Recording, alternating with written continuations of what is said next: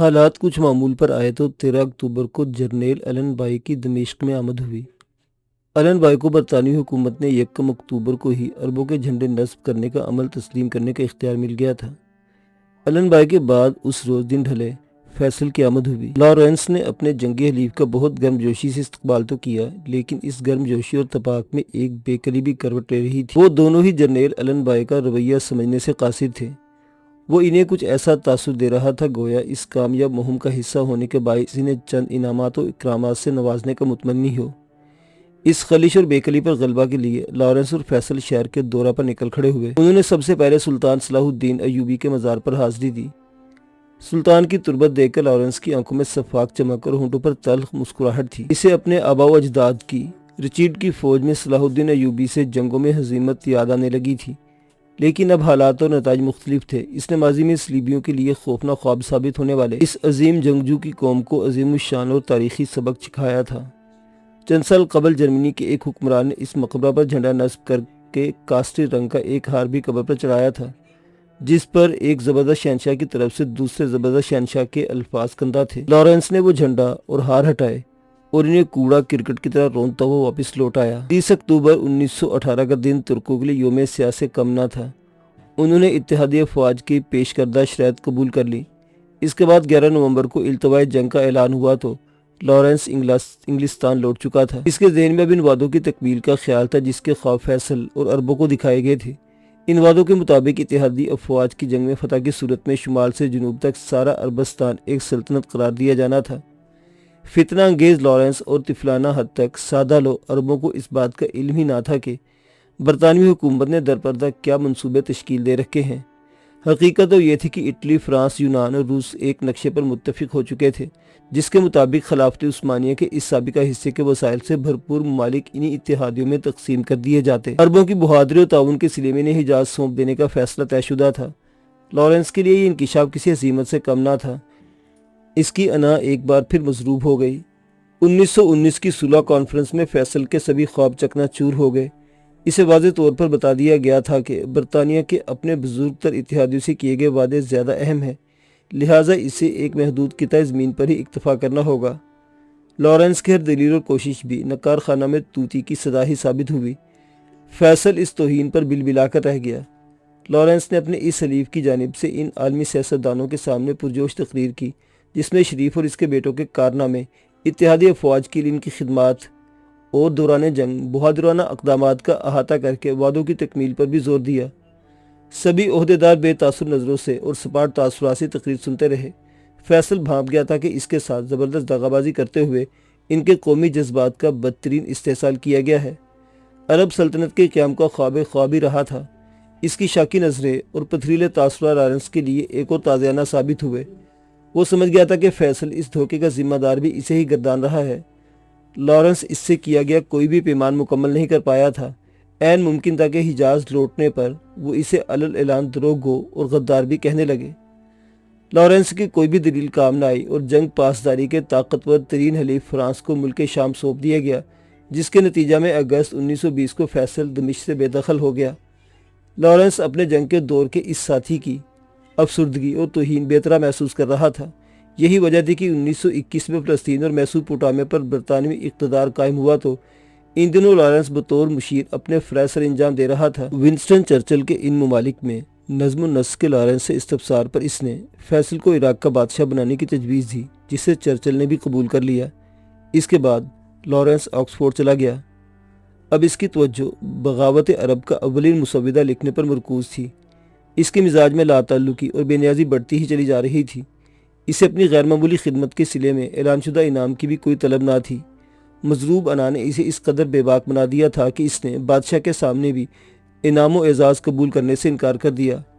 Lawrence کی بے نیازی اور سرد مزاجی قومی عہدیداروں کے مزاج پر گراں گزرنے لگی۔ انہوں نے بغاوت عرب کے سرکاری رپورٹوں سے لارنس کا نام حذف کر دیا۔ ترک افواج کی شکست اور تباہی کا صحرا اعلیٰ عہدیداروں کے سر سجا دیا گیا۔ لارنس نے یہ ہزیمت بھی کڑوے گھونٹ کی طرح خاموشی سے برداشت کر لی۔ وہ اپنی بقیہ زندگی اسی طرح خاموشی اور قدرے گمنامی میں بسر کرنا چاہتا تھا، لیکن یہ طفلانہ خواہش کیوں کر پوری ہو سکتی تھی۔ انہی دنوں ایک امریکی شخص کوونٹ گارڈن تھیٹر میں عربی اور فلسطینی لڑائیوں پر مبنی فلمیں بنانے لگا۔ اس نے عقبہ اور اس کے قرب و جوار میں 15 روزہ محنت کے بعد ایک رنگین فلم تیار کی جس میں لارنس کی مہم کو ہی مرکزیت حاصل تھی۔ اس فلم اور لارنس کے کردار نے عوام الناس میں دھوم مچا دی۔ وہ لارنس کی شخصیت کے اسرار اور رومان میں بے طرح مبتلا ہو گئے۔ خود اس کا یہ عالم تھا کہ وہ اپنی تشہیر سے بیزاری اور چڑچڑے پن کا شکار ہو گیا۔ خود کو مصروف تر رکھنے کے لیے وہ 1928 میں ایک نئے نام راز سے بحث سپاہی شاہی ہوائی فوج میں بھرتی ہو گیا۔ وہ الگ بات تھی کہ اس کی بدسلیقگی اور فوجی نظم و ضبط سے بیزاری تاحال قائم تھی۔ کچھ ماہ گمنامی اور سکون میں بیت گئے اور پھر اگلے برس کے آغاز میں ہی اس کی شناخت ایک بار پھر آشکار ہو گئی۔ ایک عسکری عہدیدار نے دوران جنگ مشرقی خطہ میں اپنی خدمات سر انجام دی تھی۔ وہ لارنس کو دیکھ کر پہلے تو شبہ میں مبتلا ہو گیا، پھر 2-3 روزہ محنت کے بعد یہ ثابت کرنے میں کامیاب ہو گیا کہ وہ ہواباز راز نہیں بلکہ بغاوت عرب کا مرکزی کردار تھامس ایڈورڈ لارنس ہے۔ اس نے اپنے قومی ہیرو کی خفیہ شناخت اخبارات تک پہنچا دی۔ نتیجتاً اخبار نویس، نامہ نگار اور فوٹوگرافر آگسٹ برچھونی کے گرد شہد کی مکھیوں کی طرح منڈلانے لگے۔ ہوائی فوج کے ارباب اقتدار کے لیے صورتحال ناقابل برداشت تھی۔ انہوں لارنس کی کسی بھی صفائی پر کان نہ دھرے اور احتجاج کے باوجود اسے سبکدوش کر دیا۔ اخباری رویوں اور سرگرمیوں سے نالا لارنس کو اگلے 1 ماہ تک روپوش رہ کر ان سے خلاصی حاصل کرنی پڑی۔ اخبارات کا معاملہ کچھ سرد ہوا تو مارچ میں بری افواج کے عہدیداران نے اسے ٹینک کور میں شاہ کی نئی شناخت سے بھرتی کر لیا۔ اب یہاں کسی کو اس کے اصل نام اور کارناموں سے واقفیت نہ تھی۔ فوجی انتظامیہ نے اس سے عہد کیا تھا کہ ٹینک کور میں بلا تعطل 2 سال تک کام کرنے کے بعد اسے دوبارہ شاہی ہوائی فوج کا حصہ بنا دیا جائے گا۔ لارنس کا لاؤبالی پن بوئنگٹن چھونی میں ماضی کی طرح بھرپور انداز میں قائم رہا۔ وہ ایسی پریڈ سے بھی غیر حاضر رہتا جو کوارٹر ماسٹر کے بیٹے تک لازم تھی۔ وہ دن بھر کام کے بعد اپنی موٹر سائیکل پر اورل سے ہوتا نامعلوم منازل کی طرف روانہ ہو جاتا۔ اس کے علاوہ کمرہ طعام میں آتا نہ ہی باقاعدگی سے کوئی مقرر کردہ غذا کھایا کرتا۔ وہ اپنے طلب کے مطابق غذا اسی چھونی سے مہلک شہریوں کی کسی بھی کینٹین سے حاصل کر لیتا۔ پھل البتہ اسے بے حد مرغوب تھے۔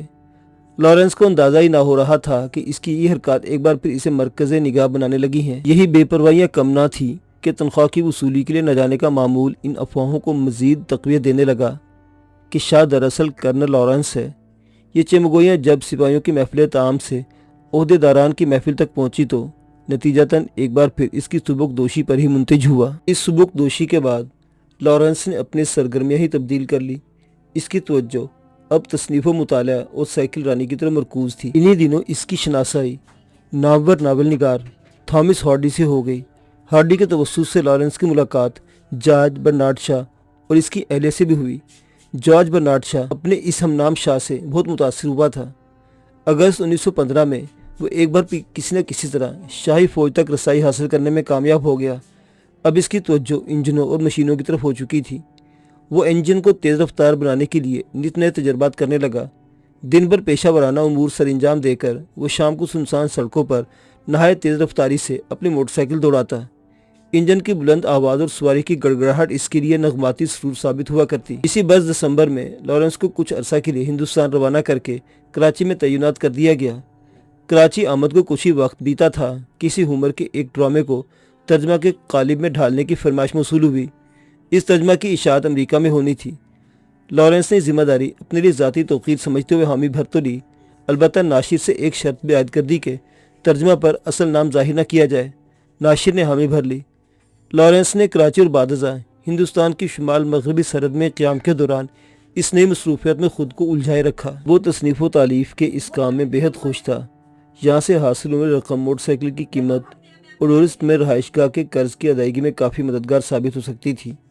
یہ رہائش گاہ ایک کاٹیج پر مشتمل تھی جو اس نے اپنی زندگی کے آخری ایام کے سکون و راحت کے لیے خرید رکھا تھا۔ لارنس اپنی ان سرگرمیوں اور مستقبل کے مبینہ منصوبوں پر بے حد خوش تھا، لیکن ارباب اقتدار کی ناخوشی تاحال برقرار تھی۔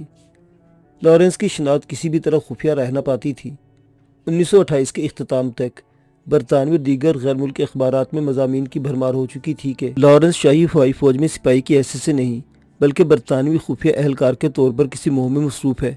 ان افواہوں اور عہدیداران کی تل ملاحٹ سے بے نیاز لارنس نے بغاوت عرب کے احوال پر مشتمل ایک کتاب مکمل کر لی۔ اس کتاب کی اشاعت دھماکہ خیز تھی۔ لارنس نے مسودے میں اپنی ذات اور اس بغاوت سے متعلقہ دیگر لوگوں کی غلطیوں کی بالکل پردہ پوشی نہیں کی تھی۔ مصورین نے بھی کتاب کو خوشنما بنانے میں کوئی کسر نہ چھوڑی۔ اس کے باوجود صرف 200 جلدوں کی اشاعت ممکن ہو سکی تھی۔